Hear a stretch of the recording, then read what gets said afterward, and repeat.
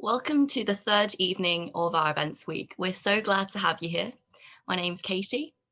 Hi, I'm Robin, and today, in keeping with our searching theme throughout the week, today we're going to be searching for facts. Is Jesus anything more than fiction? We're going to be having an interview with Timothy Cho, who was a North Korean escapee. We're going to be hearing more about his testimony and how he found Christ through a really persevering story. And then we're going to be having a talk from Niv Lobo all about Jesus and how we know that the gospel is based on fact and not fiction. Then we'll go into a live Q&A where you can answer, where Niv will be answering all of your questions about the topic. Well, good evening and welcome to another interview as part of our week searching. And tonight we're thinking about the person of Jesus, the evidence for his life, the difference he made. And we're really privileged to be joined by a friend of mine, Timothy Cho. Timothy didn't have much education in North Korea where he grew up, but since coming to the UK has studied politics as an undergraduate in Manchester and then took his MA in Liverpool. He's been working in Parliament before doing work in international religious advocacy with the organisation Open Doors. And alongside that, he's still involved in an all-party parliamentary group on North Korea. Timothy, it's so good to see you again. Thank you for having me. Yes. Wonderful. Well, tonight we're digging into the evidence of Jesus of Nazareth and his life. And for many people, Jesus is someone you hear about maybe for the first time in childhood. Perhaps you went to church, perhaps you had a religious family. That's something we get taught about in school. What were your earliest experiences of Jesus? And what did you think of him growing up? Well, I actually did not know about Jesus in North Korea. And you can imagine these 25 million population, they are pretty much are indoctrinated and brainwashed by the Kim family. And overall, there is no space in this country where religious faith can be planted or placed or located in North Korea. So the whole frame of this North Korean society is centered by the Kim family, and the Kim family runs from early education, from nursery to primary school, high school, or even after your completion of education, even come to university or society in general. So much is centered by whole of this. If you constantly hear about someone's song 24/7, you may recognize who you don't even recognize who you are actually singing for. So you're listening to Kim family song for 6 months, then all of a sudden you may even start whispering yourself Kim family song. It's kind of the education process and psychologically how they approach it without any comparison outside. So it was the same to me. All I did learn and all I experienced in North Korea was all learning of the Kim family. So for around the 40 or 50,000 Kim family statues, you bow to the statue. Wherever you think receive any gift from the state, whatever it is, you thank to the Kim family. So in nursery, I remember where we used to have a lunch, but before we had lunch, we say thank to the first Kim. So it is the same the frame or same concept of where we thank God having this food. You know, we express our grateful to Him. So in that way of this, so if I may just explore, anyone asking me, have I even met any Christians inside North Korea? Certainly not. But later I discovered my grandparents were Christians in North Korea. But my parents could ever explain that to me, it would be very dangerous. And there are up to 70,000 or could be more Christian prisoners inside North Korea, amongst the 250,000 political and even labor prisoners there. But most of these Christian prisoners, particularly, they are regarded of a national threat. When North Korea think that is a national threat or direct challenge, it means it is the regime change. I want to talk about at all even mention of this. So they are very much exposed to the danger. Means over 75% Christian prisoners do not survive because of their faith. So even if you discovered you are a Christian, then you have to expect what persecution could come. Three options you only have for North Korean underground Christians. First, you may escape, like myself today, where I explore my faith. Second, you may give up on your faith. So then just being a North Korean citizen where North Korean government demands you to be in the give you full loyalty to the Kim family and state and the party, only one party this country has. And third option, you may be a secret, but if you are discovered, then you have to expect what punishment and expectation would come to your life and your children too. So it is a kind of a clandestine activities of being a Christian or Christian activities inside North Korea. But yet the Jesus, although it cannot be publicly explored, however, Jesus is in center of these underground Christians where they find hope and light in this journey. Thank you. So a really different context from probably any of the upbringings the people listening to this conversation will have had. And as you've mentioned, you escaped from North Korea and everything changed in your life. Just briefly, and I'm sorry that it has to be brief because I know your story is an amazing story. We could hear it for hours. How did that escape happen for you? I probably not saying amazing story, but I would like to say a persevering journey. I could say that has been, and I maintained from a long way of this distance to get till here. So I escaped twice and imprisoned a few times in North Korea and China. When I realized why I had to escape to another country, certainly there was no future. When we look at North Korea through the satellite, very dark, and it is darkness. It is one of the darkest lands in our biblical or even centuries of history. We may find it. Over 70 years, there are people in the captivity of persecution, oppression, imprisonment. The whole society, who a former high-ranking defector described, is a large prison society, North Korea. So when I discovered I did not have a future and hope my path through in North Korea, which I could not even join the army because I was belong to a hostile class. Over 20% of the population in the hostile class, and you are the people, a group of the people discriminated in food, healthcare, or job opportunities, anything inside the country. And I could not even join the party. Today, I'm a political party member in the UK. I'm not gonna say which party I joined, but it is free to be in this as a party member and participate as a democratic citizen, but certainly not. So that made my determination why I should escape. Obviously, I didn't know what could be outside to expect. Yeah, come to my first escape to China, where I was able to see different food, different life, different lifestyle, and different air, everything. Yet it was much plenty than in North Korea. But and here what I experienced in China, because in China being a North Korean escapee is not safe, so they are being risked to be arrested at any moment. So their journey have to carry on. My journey, first step in China was I was given a shelter house where the Christian missionaries were looking after North Korean children. But because of my brainwashed and indoctrinated education in North Korea, soon as I saw this missionary guy, I thought he was going to kidnap me or even killing or take my blood out, because that was many cartoons, textbooks, drama, and films portrayed in North Korea how missionaries used to come and they kidnapped children or even they even raped women.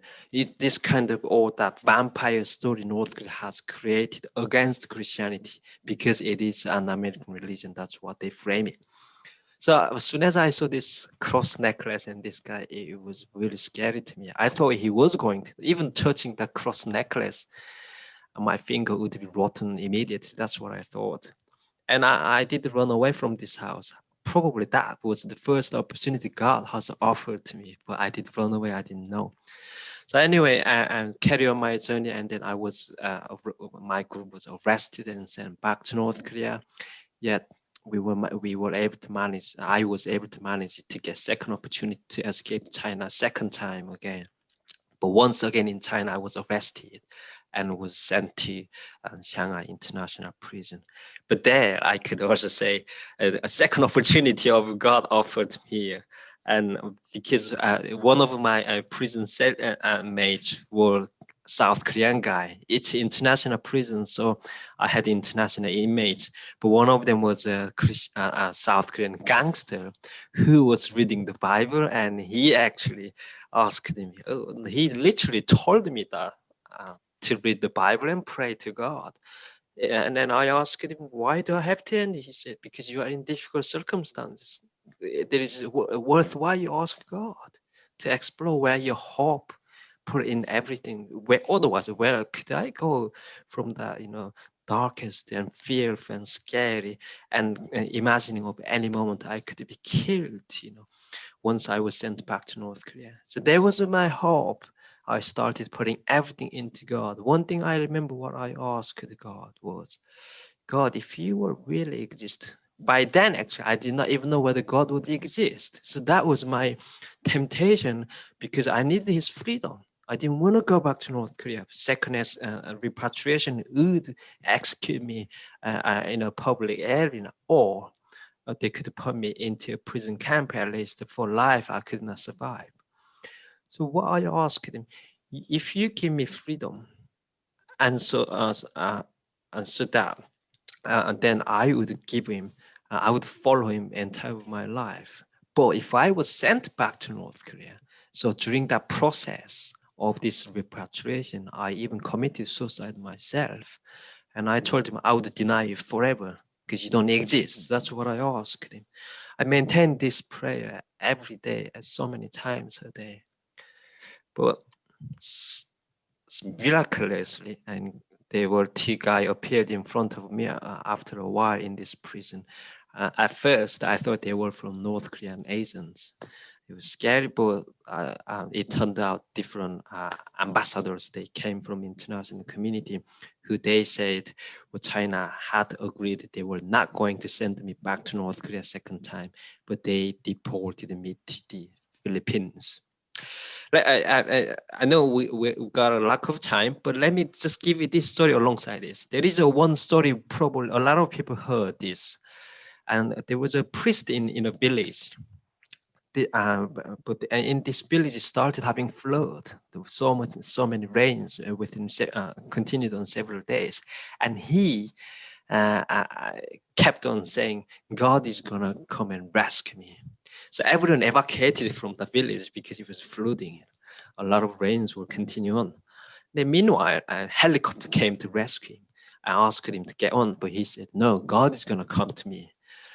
And so he sent back he sent back the helicopter. And the next one, police boat came and tried to rescue me. And he said, no, God will come to me directly.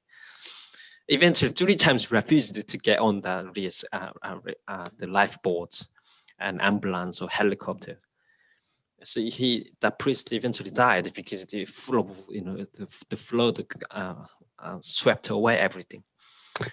And when he went to heaven, somehow he had an opportunity to meet with God and ask God, why did you not come and rescue me? And God told this priest, son, how many times I sent to you to rescue you? Police, ambulance, even helicopter, but you did not get on that when I sent my angels to rescue. So this story, it contains many implications. We do not sometimes realize how deeply our life is involved in and something we don't know, but God works from behind. I did not know God would exist when I was there, but God sent me. First time he sent to me those missionaries, the shelter house. And then was scared because of man-made education brought me into this doubt. But second time again, God sent me even that gangster guy to me. And what about then when these two guys from international community to get me out from that prison? And so I did not go back to North Korea. Although if I went back, it was happening something to me. My life could not come to this moment where I am speaking in front of you here now. Amazing. Timothy, that is an amazing story. I know you wouldn't say amazing, I'd say that. And in a moment, we're going to start looking into historical evidence for Jesus and his amazing global impact. It's undeniable. And yet at the same time, as your story shows, his impact is something that people experience today, changes life today. How has Jesus, I mean, briefly, because we're running out of time, how has Jesus changed your life? Let's think simply. What I can recognize 3 major things from Jesus. Serve one another. Serve one another. It can be your friend. You help them. It's not major things, but when you find your friend in difficult situations, you go and speak to them, or you have coffee with them. You encourage them. What you have inner gift. Every one of us, we have something special gift in us. And that serve one another, it doesn't have to be only within faithful Christians, but being a Christian, you can also help non-Christians. So that's one point. Second one, love one another. The love here is very significant. I was forsaken when I was a boy. I lived on the street in North Korea for several years. And I was then again abandoned by North Korean government. I believed that was my government, my country, but I was eventually abandoned. They did not even offer me any opportunity. Turned out I had no choice to escape to another country. And then what about during my escape, that persevering journey had gone through, even I had seen the act of inhumanity in front of my eyes and atrocities. I can't forget this. Sometimes I still hear in North Korean prisons, prisoners that are screaming for survival. In my dream, I used to have nightmares a lot.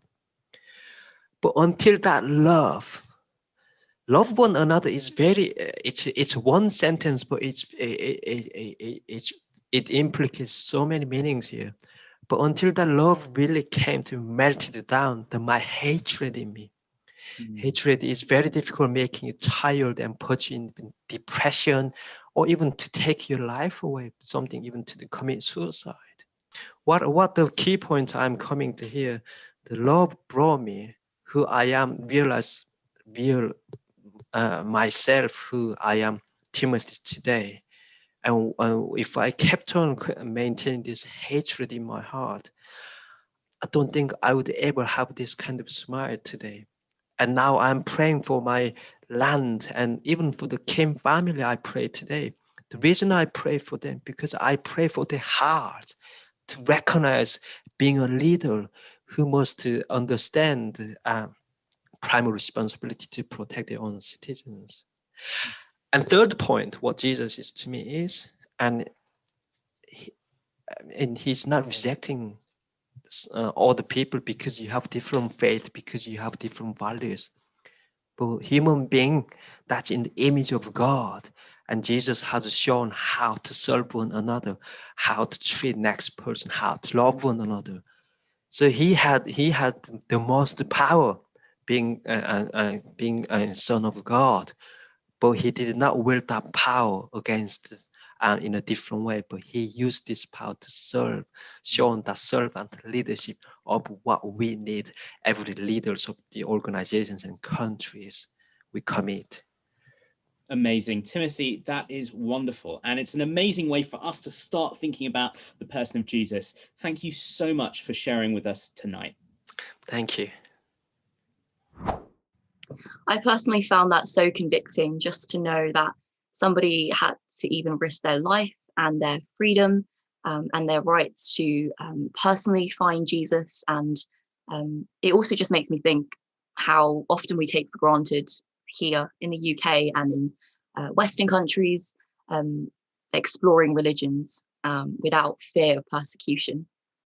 Yeah, it's really compelling, isn't it? Just how someone could go from an environment where they're just not really allowed to express themselves and to search into their beliefs. It's now coming over here to where we're so fortunate to be able to just think about these things and discuss these things openly and freely as we're doing right now during this week. Yeah, absolutely. So now, guys, we're going to go to a talk with Niv, like in the previous few days. He's going to be exploring facts about Christ, about whether the Bible holds up to historical evidence, and how Jesus just fits into history in general, guys. So yeah, we'll see you after that. Tonight we're searching for facts as we ask, is Jesus anything more than fiction? Jesus of Nazareth is probably the most influential individual the world has ever known. His name is on billions of lips every day. He's left a mark on every kind of person, on every continent, in every sphere of life ever since. But who was he? There's no shortage of opinions out there. Christians worship Jesus as the Son of God. Many others will tell you that Jesus was a great moral teacher. Muslims will tell you about Isa, a prophet of Allah who never claimed to be the Son of God. And others sniff out a conspiracy theory. And they tell you that we can't really get to the real Jesus. Because over centuries, powerful authorities have weeded out the original Jesus, and we've been left with the more disappointing official version they made up. Well, here's where we have to start. The truth about Jesus is a matter of history. As an atheist, I remember being surprised that no serious historian of the period doubts Jesus' existence. There's just too much evidence of Jesus' impact in history to do that. Within 100 years of Jesus' death, we have accounts from ancient historians like Tacitus, Pliny the Younger, Flavius Josephus, and Suetonius. And these were not positive witnesses, but hostile ones. They weren't fond of the Christian movement they saw growing explosively around them. Pliny, in fact, was writing to the Emperor Trajan to ask how severely he could punish early Christians. But they give us key details about Jesus. A teacher, someone who performed miraculous deeds, was crucified under Pontius Pilate during the reign of the Emperor Tiberius, and was worshipped by his followers as a god. It never occurred to these earliest opponents of Christianity to doubt Jesus' historical existence. That was never debated. What's striking too is that none of them denied Jesus' supernatural capabilities. They see his power as malign, but they all recognise it, the ones who write about it. Now, a far more detailed portrait of Jesus emerges in the Christian writings of the first century, which we find in the New Testament in the Bible, and particularly in a book like John's Gospel, which we're looking at this week. Many have argued that the New Testament was formed over many years, that there might be a distance of centuries between the historical Jesus and the Bible's writing about him. And it is true that our first complete text of the New Testament is found in the 4th century. So in the 300-year gap between Jesus' crucifixion and our first full Bible, so people argue, any number of myths and fables could have been developed. But there's a problem with that theory. It is true our first full texts of the New Testament date from the 4th century, but we have plenty of manuscripts and fragments of papyrus and so on. In the past 150 years, a whole academic discipline has emerged called manuscript criticism.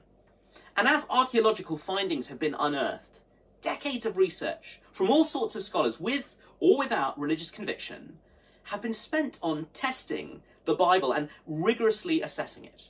And as a result, we simply have to abandon the idea that the writings about Jesus in the New Testament are late fabrications. Let me tell you about our earliest physical fragment of the New Testament. I hope you can see it there. It's called Papyrus 52.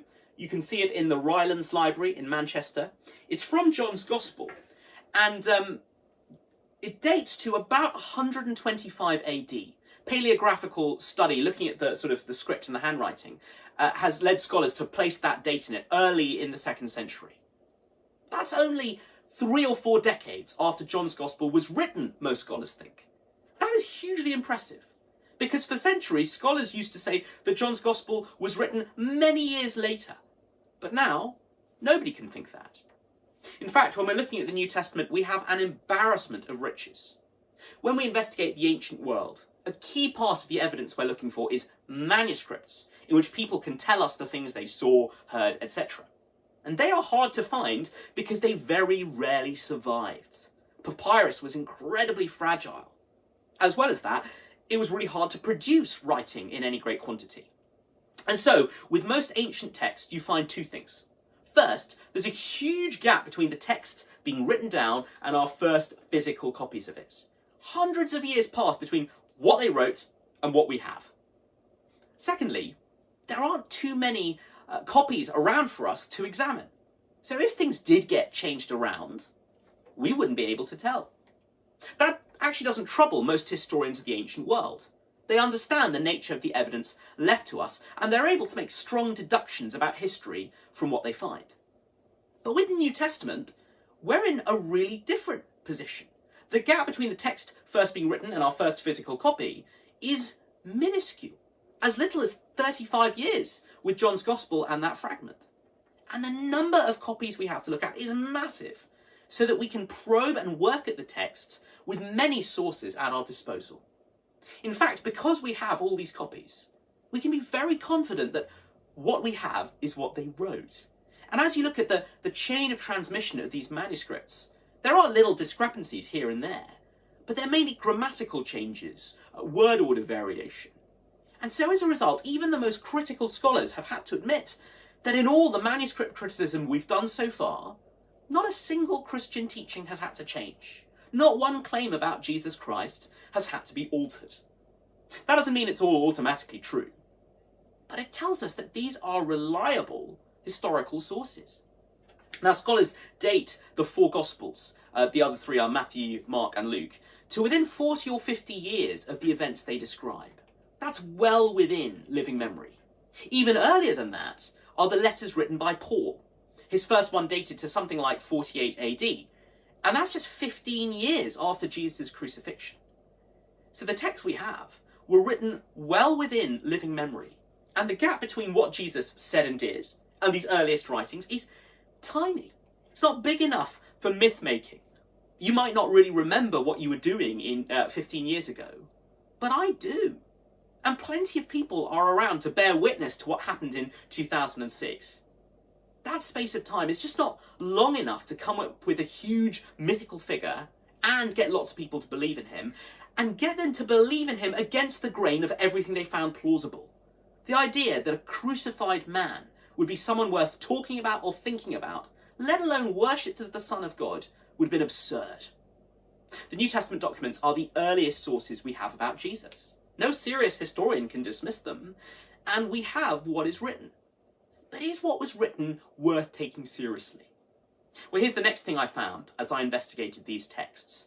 The writers claim to report what people saw, heard, and experienced. That's a big claim, but it's testable. Unlike a fairy tale which begins once upon a time, the writers of the New Testament are doing their best to say what happened as they experienced it. So you might remember John chapter 1, that verse we've heard quite often now. The Word became flesh, made his dwelling among us. John writes, "We have seen his glory, the glory of the one and only Son who came from the Father, full of grace and truth." You see, the writings of the New Testament are littered with details that reflect that intention to convey real history. There's the naming of places and of people, kinds of details that we can scrutinize, other events in history being referenced. And so there are lots of ways we can test it. Archaeological findings are one way. For example, in John chapter 5, Jesus goes to the pool of Bethesda to heal a lame man. And for a long time, people used to scoff at that detail and say there was no proof of any pool like that near the sheep gate in Jerusalem. Until, that is, some archaeologists uncovered it. And that is one example among many. Lots of other details too. Corroboration from non-biblical sources. Details like personal names being used. We need to explain all this somehow. If the New Testament writers aren't telling the truth, how do they keep getting it right? how do they give us details and little touches that only eyewitnesses could have had, unless that's what they were? In that example from John chapter 5, we know that Jerusalem was destroyed in AD 70. And we also know from what most scholars tell us that John was probably written around 90 AD. So how would John know these details of the layout unless he'd been there? And at this point we might think, okay, the Christians were writing early, we have what they wrote, but why should we believe them? Why should we believe what they say about Jesus? Won't they be deeply biased? Well, if you studied history, then you'll know that recording history is not a neutral process. Unbiased history doesn't exist. But actually, the fact that early Christians were biased is part of what makes them excellent historical evidence. What we normally find in history is that it's normally written by the winners. People who are on the right side of history, who ended up with the power and the privilege and the money, are able to present things from their perspective. But when you read the earliest Christian writings, you're reading history written by the losers. This message was deeply unpopular. The Jewish nation in which it was born was hostile to this Messiah cult almost from the beginning. And the Roman Empire in which Christianity grew became more and more violent in its suppression of this movement. So what you have when you read these writings is the testimony of people who have nothing to gain by writing what they write, and in fact stood to lose their lives, as many did, by standing by what they said. This is history written by the losers.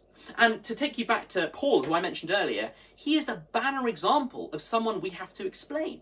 A lot of the time when I talk about Jesus' historical existence, people will say to me, okay, Niv, but what I'd really like to see is someone who was neutral, who saw all the evidence and changed their mind.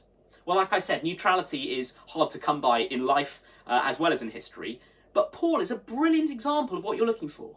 Someone who began dedicated to destroying Christianity, but whose experience of Jesus and whose encounter with all this evidence so added up that he ended up becoming a Christian. Not just any old Christian, but perhaps its most articulate and accomplished spokesperson with an impact which has changed global culture ever since. We need to ask, why did these early Christians stand by these claims if they just made them up somehow?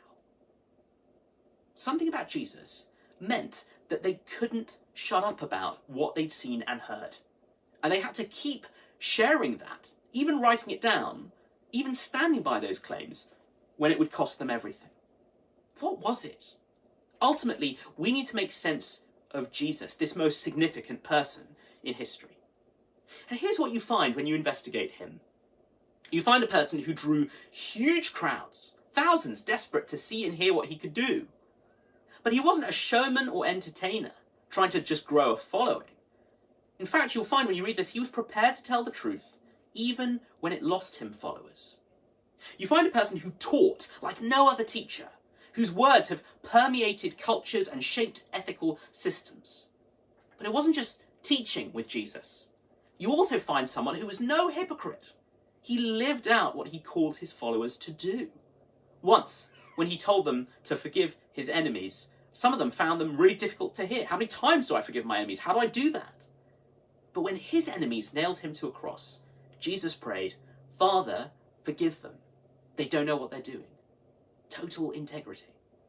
You find a person who treated others in the most amazing ways. Jesus broke down boundaries everywhere he went. In a time of massive sexism, you find him calling women to follow him and making them a key part of his witness to the world. In a judgmental society, you find Jesus welcoming the outcast and rejected. He didn't suck up to the rich and powerful. He didn't look down on the poor and unimportant. He had time for all kinds of people. And while it might be tempting to think that Jesus was just ahead of the game, a sort of proto-example of today's social justice movements, that's anachronistic. Like we were thinking last night, we owe so many of these values to him. I'm not embarrassed about any part of his life. It's beautiful in a way that no other life has been. But as well as that beauty, many around him also saw blasphemy, or at least blasphemy if his claims weren't true. Because you also find Jesus accepting worship, which only God is supposed to get, forgiving sins, which only God is supposed to do. That's part of the reason why calling Jesus just a good man or moral teacher is so unconvincing. Good people, moral teachers, just don't say and do the things Jesus did. They wouldn't make claims that arrogant, not without being dishonest or deluded. And when you look at the evidence, you'll find neither of those descriptions make sense of Jesus either. Nobody's impact on history compares to Jesus's. We even measure history around his life today. How did he have that impact? Well, here's all he had to work with. Here were his raw ingredients. Only 3 years in the public eye. 12 haphazard and incompetent followers, one of whom betrayed him. The unpromising environment of the Galilean countryside, not great cities and places of privilege. He had no money to spend, no armies to fight for him. And the climax of it all? A public, shameful execution. That's all Jesus had to work with. And with just that, Jesus began a movement that is growing at a staggering rate to this day. 2 billion people and counting seriously call this homeless carpenter's son God. How do you explain it? Every thinking person should assess this evidence. Why? Because there's more than history for us to examine here. Let me quote one of the stunning claims Jesus made, and you'll find it in chapter 14 of this book, John's Gospel. Chapter 14. He was responding to his friend Philip, who'd asked him to show them God. Picking up at verse 8. Philip said, "Lord, show us the Father, and that will be enough for us." Jesus answered, "Don't you know me, Philip, even after I've been among you such a long time? Anyone who's seen me has seen the Father." Jesus' claim is that when we look at him, we see what God is really like.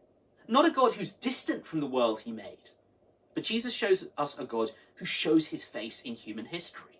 The Creator stepping into his creation as one of us for our sake, looking at our world and saying, I want to make your home my home. I want to make your problems my problems. He comes to offer real love, real hope, real security to people in a dark, cynical, fragile world. And Jesus claimed, and his earliest followers claimed, that his death and resurrection were what made that possible. Maybe that sounds ridiculous to you today. It would have sounded even more ridiculous back then. And yet, this claim took hold of human history, turned the Roman Empire around completely, changed the world, and is changing people today, offering them hope in all their hopelessness and light in their darkness, just like we heard from Timothy. When you look at Jesus, we see an undeniable impact, a life unlike any other. That's what history tells us. So what do you think happened?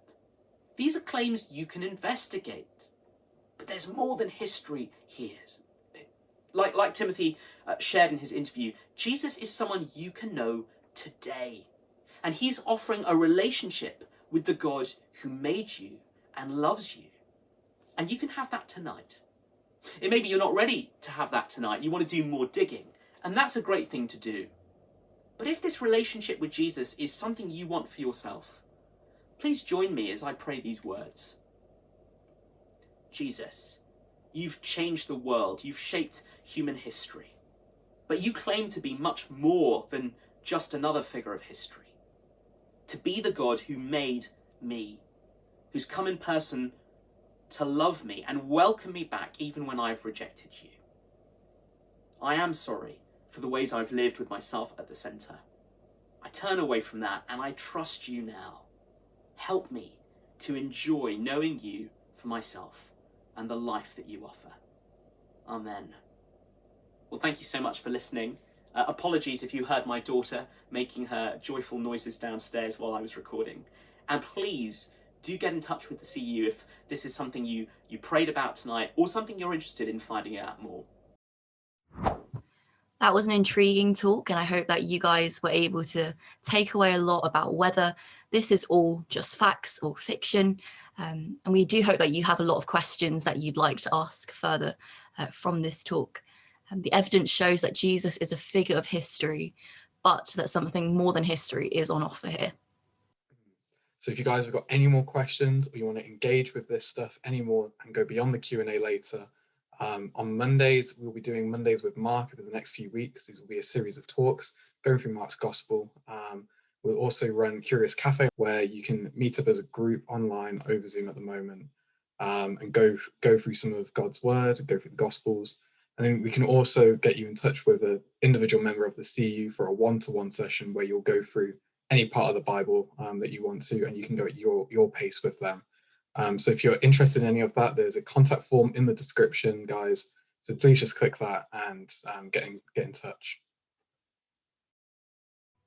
Amazing. Yeah. We're now going to go into our live Q&A, where you guys can open up Slido, enter the code, facts, and feel free to ask away all of your questions about all of this. We're sure that you have many things that you'd want to explore further. Bye, guys. See you soon.